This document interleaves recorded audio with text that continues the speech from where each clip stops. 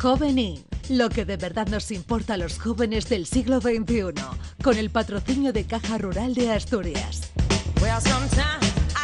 Sí, señor, todos los lunes tenemos esta cita con Jovenín, con la colaboración de Caja Rural de Asturias, y todos los lunes nos acompaña en el programa Bea, en el estudio, o como hoy que estamos aquí pues instalados cómodamente. Camilo de Blas, ¿qué tal, Bea? ¿Cómo estamos? Muy buenos días. Que viene a hablarnos siempre de tendencias, de cosas nuevas, pero creo que hoy va a caballo entre las cosas nuevas y lo tradicional. Eso en el es. mundo de la moda, de la perfumería, el mundo del lujo. Es una de esas marcas que están asociadas desde hace siempre al mundo del lujo.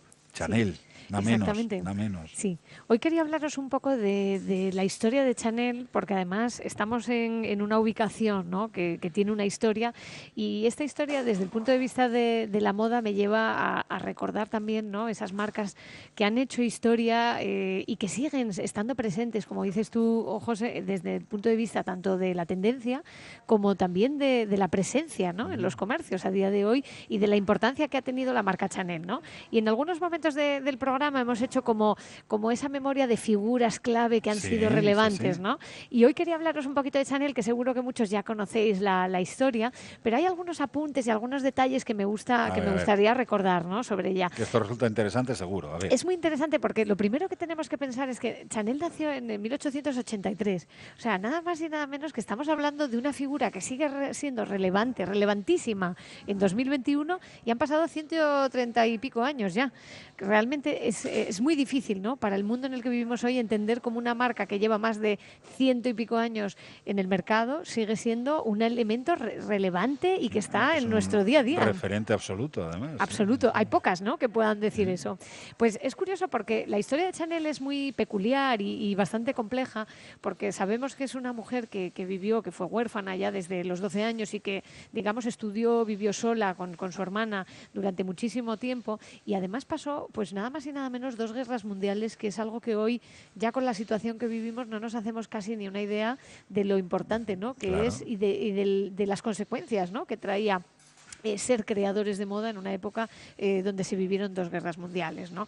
Es cierto que la historia de Chanel es curiosa porque Chanel, a pesar de ser una figura tan relevante, tan importante y tan presente hoy, es una figura que está asociada mucho a la soledad, porque prácticamente vivió una vida muy solitaria, ¿no?, en la que prácticamente vivió acompañada en momentos muy puntuales. No llegó a casarse nunca, pero ni a tener descendencia, pero sí es cierto que esa especie de nostalgia, de soledad, la acompañó toda la vida, ¿no? Siempre que hablamos de personajes tan importantes como el caso de Chanel, pensamos quizás en qué recorrido de vida tuvieron, ¿no?, para llegar donde están, y Chanel empezó como modista, ¿no?, como una simple modista, pero no una modista de ropa, sino una modista de cortinas, en una empresa que se dedicaba a hacer cortinas y, atención, trajes de luto. ¿Cómo os quedáis? Cortinas y trajes de luto. Casi nada. Así empezó Chanel. Fíjate, Casi nada. las vueltas que da la vida, ¿eh? Trajes de luto, o sea, hoy parecería imposible, ¿no? Y entonces, ¿qué pasa? Que hay un momento en el que ella se da cuenta que puede empezar a confeccionar, a crear su propio estilo, y ella ya tenía un gusto un tanto peculiar para la época, ¿no? En vez de vestir, digamos, tan estrictamente femenina, empezaba a tener un gusto un poquito más masculino, se acercaba un poco más a una línea pues totalmente innovadora, ¿no? Y ella vestía pues con este aire muy elegante, ciertamente minimalista, ¿no?, cuando lo que se llevaban eran los corsés, las cinturas apretadas, y ella, mientras tanto, pues a lo mejor vestía vestidos holgados, ligeros, sin forma, y poco a poco fue creando un poco esa línea, ¿no?, ese gusto por la estética, y creando poco a poco su marca. Aunque realmente ella, su primer negocio, digamos, oficial fue la sombrerería, que era uno, digamos, de esos elementos que tan bien se le daban a hacer. El mundo de la sombrerería empezó a crear un pequeño negocio gracias a la financiación, ¿no?, de aquellos que eran en su momento sus compañeros de vida. Y entonces empezó a crear esta tienda, esta marca de sombrerería, que empezó a ser muy relevante porque ella, digamos, que destacó el sombrero canotier, que es ese sombrero, digamos, un poco chato, un poco plano, que vemos a veces, que llevan muchas veces una cinta oscura en la parte baja, que es un sombrero completamente plano por la parte superior, que daba un toque, bueno, pues muy cerca de la masculinidad, ¿no? Y a partir de ese mundo, digamos, de la sombrerería fue donde ella empezó a desarrollar su línea, ¿no?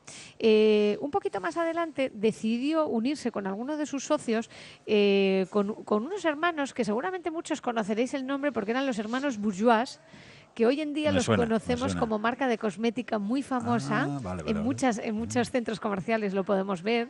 Y los hermanos Bourgeois fueron los que la impulsaron a realizar sus perfumes en el año... preguntarte yo, me estás hablando de cómo habían comenzado, que si los vestidos de luto, que si la sombrerería, ¿y cuándo llegaron los perfumes? Efectivamente. Porque claro, Chanel sobremanera son los perfumes ahora Exactamente. mismo, ¿no? Pues en 1921, más o menos, se junta con los hermanos Bourgeois, que por eso hoy la marca Bourgeois pertenece también a la casa Chanel. Es un poco, digamos, la línea de introducción, ¿no?, en el mundo de la cosmética. Y ellos empiezan a elaborar esos perfumes, empiezan a crear la fragancia número 5 tan conocida, ¿no? Bueno, un poquito más adelante en el tiempo, porque el número 5 se consideraba el número perfecto.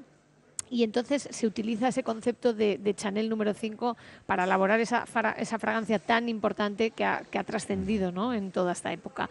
Un poquito más adelante es curioso porque a pesar de tener reminiscencias francesas y ella vivió también en Lausanne, en Suiza, tenía siempre un pie metido en el mundo inglés, ¿no? Pasaba algún tiempo de vacaciones en algunos espacios como pues Inglaterra, Escocia y demás, y de ahí es donde ella coge esa inspiración tan famosa que es la chaqueta de tweed. Esa chaqueta de Chanel que todos conocemos, ¿no? Esas de cuadros, un poquito, vamos a decir, ligeramente entallada, pero no entallada del todo.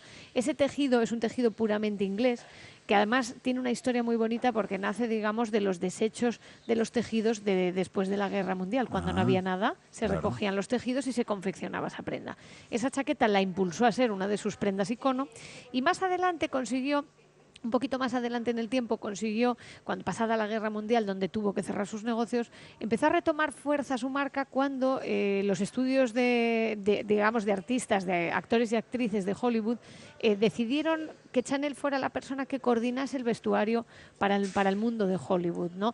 Es cierto que esto no duró mucho tiempo, quizás por un tema de carácter, ¿no? Que ya intuimos, ¿no?, que Chanel tenía un cierto carácter, ¿no?, y una cierta dureza, ¿no?, en su forma de ser, hasta que, digamos, que cerró ese capítulo, pero ahí es donde empezó su nueva lucha con su enemigo, digamos, oficial, que es Dior, nada más y nada menos, porque Chanel intuía que, digamos, la moda iba hacia un look un poco más masculino, más relajado, pantalones, joyas importantes, esas chaquetas de tweed, mientras Dior todavía impulsaba a las mujeres a esas cinturas apretadas, esos vestidos, digamos, impactantes, ¿no?, esa feminidad absoluta, y en esto Dior y Chanel nunca estuvieron de acuerdo. Oye, así que poquito a poco ella se fue convirtiendo en un icono de la moda gracias a esa diferenciación y a ese estilo masculino que tanto la diferenciaba. Lo que significa ahora mismo el nombre Chanel, ¿no?, en el mundo entero. Es una de esas marcas globales, o sea, en todas partes, la conoce prácticamente todo el mundo, en alguno de sus ámbitos, el de los perfumes, el de la moda, el que sea, ¿no? Exactamente. Pero Chanel, desde luego, es una de las marcas icono y que seguramente en estas Navidades, en cualquier tienda que ustedes entren, en un centro comercial, pues se van a encontrar los grandes iconos de Chanel, seguramente, para esta fiesta. Pero vamos, es, como digo, icono global. Icono global, aunque hoy en día ha derivado y está modificando un poco su visión de la marca, pero ahí sigue como elemento clave inamovible. Muy bien. Pues nada, oye, Bea, que muchísimas gracias por acompañarnos otro lunes más. Seguimos conociendo cosas interesantes la semana que viene, ¿vale? Por supuesto. Venga, hasta entonces. Hasta pronto. El futuro no está escrito, se construye. Porque tu futuro también es el nuestro, en Caja Rural de Asturias te aportamos toda nuestra experiencia. Planes de pensiones de Caja Rural de Asturias. Construyamos tu futuro juntos. Ven antes del 31 de diciembre y obtén interesantes incentivos. Documento de datos fundamentales para el participe, alertas de liquidez, indicador de riesgo, planes en promoción y condiciones en cajaruraldeasturias.com.